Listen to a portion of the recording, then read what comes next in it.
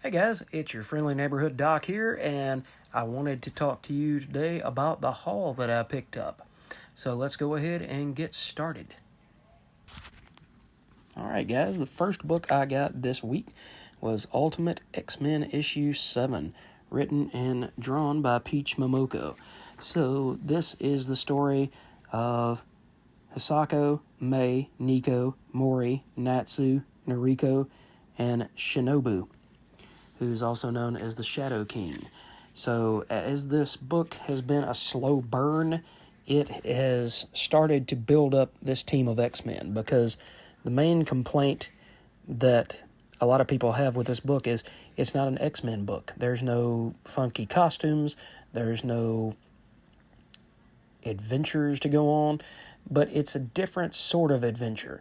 And a lot of people show X-Men to be a story about being different or being, kind of ostracized for your differences. And they don't see that this book has got that. And it really does.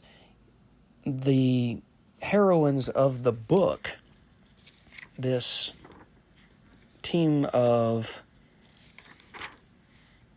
female characters, Maystorm, Armor, and then Nico as a fledgling psychic. Their villain is the Shadow King. And what can the Shadow King do to harm them? What scary portents does the birth of the Shadow King bring forth? So you have the children of the Atom at the Temple of the Revealed X. So it's like a cult. And it's a cult of mutants. And they are trying to cultivate a world in which they can rule. So the artwork is still very fluid. The coloring is amazing. It's very watercolor-like. But at the end of the day, it shows off the power of these characters. It gives off life to them. A lot of people I've heard talk about this book, and they say that it doesn't really have a lot of excitement in it. It's more people standing around talking. But when the action does come, then it's fast, furious, and comes with an NDA from the company or the organization. So now we've got a body in a suitcase. We've got a murder mystery on our hands. And how does this all tie back into the team of Ultimate X-Men? You're just going to have to read issue 7 to start putting the pieces together just like I did. This book is still one of my favorites. I really was not a Peach Momoko fan, but I think this is right up there with Ultimate Spider-Man as the second best new Ultimate book. All right, the second book I picked up today was Damian Connolly's Damaged People, Episode 2. So that's issue 2, and it's The Bug Collector. And this is talking about Jessica. And she says, I'm Jessica and I'm damaged. And again, this artwork is just so emotive. It at first you see it and you're like, oh man, it's scratchy, it's black and white. Nobody likes that kind of stuff. But it's almost as though Damien is seeing this world as a world without color. And sometimes a world without color, a world with gray tones and shades of gray, is much more entertaining than a world full of color and pop. And, there's a section of town in Memphis where I stay that doesn't allow strong colors to be put on their buildings. So years ago, Apple was trying to move into that part of town, but at that time, they had the multicolored apple as their logo. And they were told, well, if you move into this part of town, then you can't use that logo because it's offensive with being so colorful. So this world is got plenty of detail to it and a lot of backstory. And here's the character of Joseph that Jessica runs into in an old cabin. And they cross paths and they learn to share their pain, because Jessica lost her parents in a car wreck, and Joseph explains that he lost his daughter and his wife in a car wreck because he had drank too much. And it took a lot of detail into this story and built these characters up into real people. That's what I really like about how this series is. It's taking average, everyday people and trying to make you connect the dots with their humanity and make you feel something about how they experience all this pain and how this trauma makes them grow as a person. And so here we have some, young toughs that have attacked Joseph before, but this time they threw a rock and they hit him and they hurt him, and so he hurt them. And Jessica runs into the ants and the bugs. And then she moves on to a different life, but she always seems to come back to this same story and the same nightmare about the bugs. So she comes back and she ends up reuniting with Joseph, who has changed, and he's found peace. And in that peace, he wants to give her some of his daughter's bug collection. And that reminds her as she goes through life about what is important and how she wants to see life and how she wants to experience life. And now she works at a bookstore. And it talks about Alfred Russel Wallace, who was for lack of a better term, I can't think of the term at the moment, but a bugologist, a studier of bugs, an explorer, it says, a collector, a naturalist. So it looks kind of like Joseph, does it not? But at the same time, it says, obviously Jessica never met him, but she swears that one night his ghost appeared and told her, "It's time, the insects are waiting for you." And so that's how she finds her purpose in life, as being the bug collector. And that's how she grew as a person. And she moved past the trauma of losing her parents in that automobile accident. Again, excellent, excellent stuff. And I really think this is one of the best books that I read this week. So I hope if you have a chance, pick up that first issue and that second issue and give it a chance. Just give it a shot. It's only a 4-issue mini, so you've only got 2 more issues to be involved. So check this out. Give Damien some business, man. His artwork is magnificent and breathtaking, and he deserves to be paid not only monetarily, but also with praise and with understanding and with grace about putting himself out there so deeply in this book. All right. Here's The Moon is Following Us, Issue 1 by Daniel Warren Johnson and Riley Rosmo, with colors by Mike Spicer. I'm not going to really dig into this too much. I did flip through it, but it's the story of Sam and Duncan, who are searching for their daughter Penny in a fantasy realm. So I will talk about this more in my video for initial assessment. And this is another book that I'll talk about in initial assessment, The Tin Can Society. And it's a very interesting take on superhero myths, and it's also a book about loss. But again, I'll dig into that. This is written by Peter Warren, with art by Francesco Mobili and Chris Chuckery. All right. Next up is Falling in Love on the Path to Hell, Issue 4, written by Jerry Duggan and art by Gary Brown. This continues the story of McWraith, and What was her name? She told him what her name was. What did she tell him?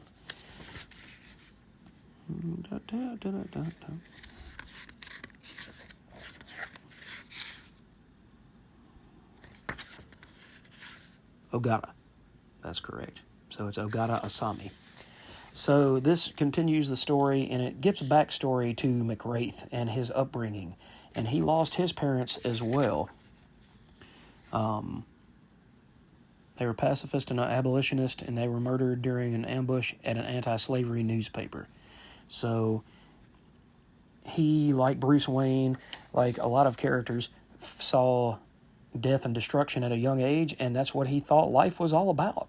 So that's how he came to be a killer and have a life of violence and gunplay and just leaving a path of death and destruction in his wake. And his samurai, she saved him because he was thrown into a pit, a literal pit. And she finds him and saves him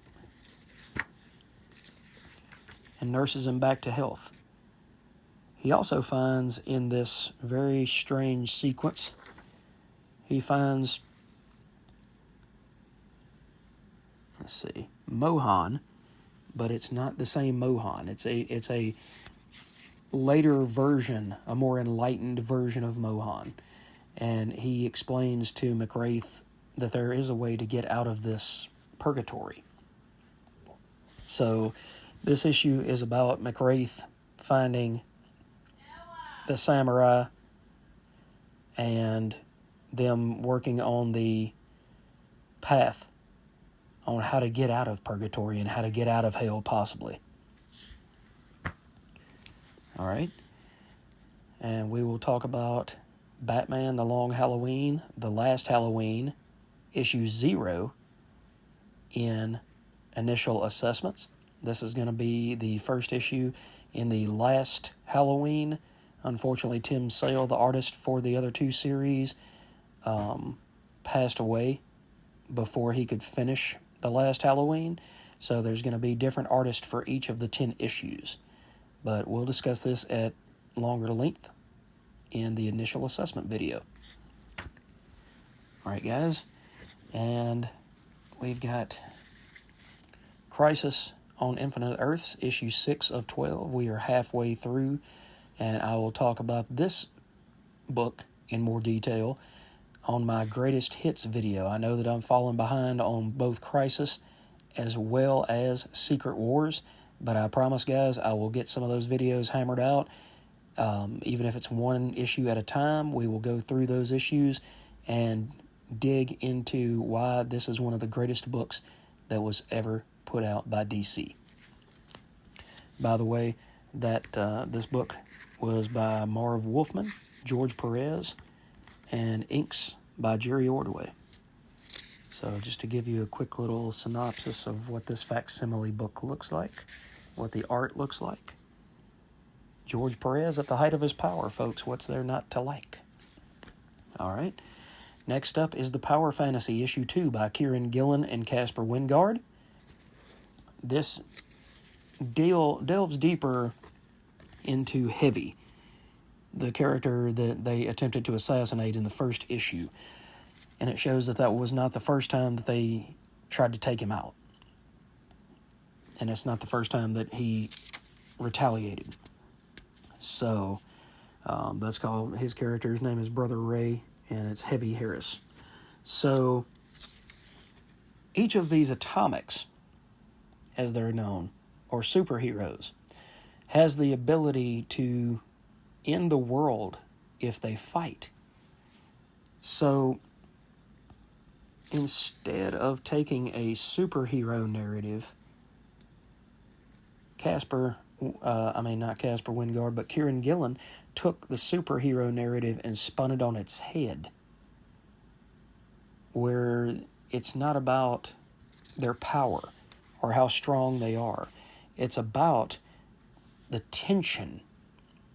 You know, there's certain setups in life where, in a book, in a movie, in a story, the tension behind two main characters, or behind a group that's being chased, or behind James Bond versus Dr. No. The tension of what's going to happen is far greater than what would happen if something were to pop off. So, if these characters were to forget where they're at and go to war with each other, or go to war with humanity, then what would be the catastrophic price to be paid? And that's what this book is talking about, is what if the tension of not fighting was there instead of fisticuffs. So it's an intelligent version of a superhero book that's more about character development and more about world building, and indeed these characters building this world more so than about the special powers and natures of these characters. So superpowers are only a small part of these characters and what makes them up. So I really dug this issue. The first issue, it struck me as something that was heady and something that I hadn't read in a long time. There's books like that just hit you. Batman Hush, The Dark Knight, Watchmen, Miracle Man by Alan Moore and Neil Gaiman. Those things are so much greater than the parts of their sum. When you read them, they make you think. They make you think not just outside of the box, but they make you think, period. And this is one of those books. So this comes, this is the runner-up for the best book this week. So if you haven't checked out The Power Fantasy by Image, I definitely think that you should. All right, and the last book is, of course, Something to Fear Part 1, issue 97 of The Walking Dead Deluxe. Negan is Coming. Still written by Robert Kirkman with art by Charlie Adlard, and now colors by Dave McCaig. And Rick and company on their way back from the hilltop run afoul of Negan's group. Now, this is a small part of Negan's group, as we know if you've read the title and read the title as it was first coming out. They think that this is, they think this is all there is. But this book is going to get extremely wicked and wild in the next couple of issues, so I can't wait to relive the introduction of Negan. And if you've never read that, if nothing else, pick up issue 97, 98, 99, and 100 of The Walking Dead Deluxe, and you will not be disappointed. Alright guys, thanks for joining me in this video. I hope that you enjoyed my haul. Did you guys pick up anything at the bookstore that maybe I missed? It was a really big week this week. I was surprised at how many books came out. I had heard that Kill All Immortals issue 3 was coming this week, but apparently it's next week. So I'm getting excited about that to see how that book continues. But anyway, guys, if you hadn't taken the chance yet, please like and subscribe to the channel. We are growing each and every day. We are reaching out for that 150 subscriber mark so that we can do some more giveaways. But thanks for watching, and have a great night. We will catch you in the next video.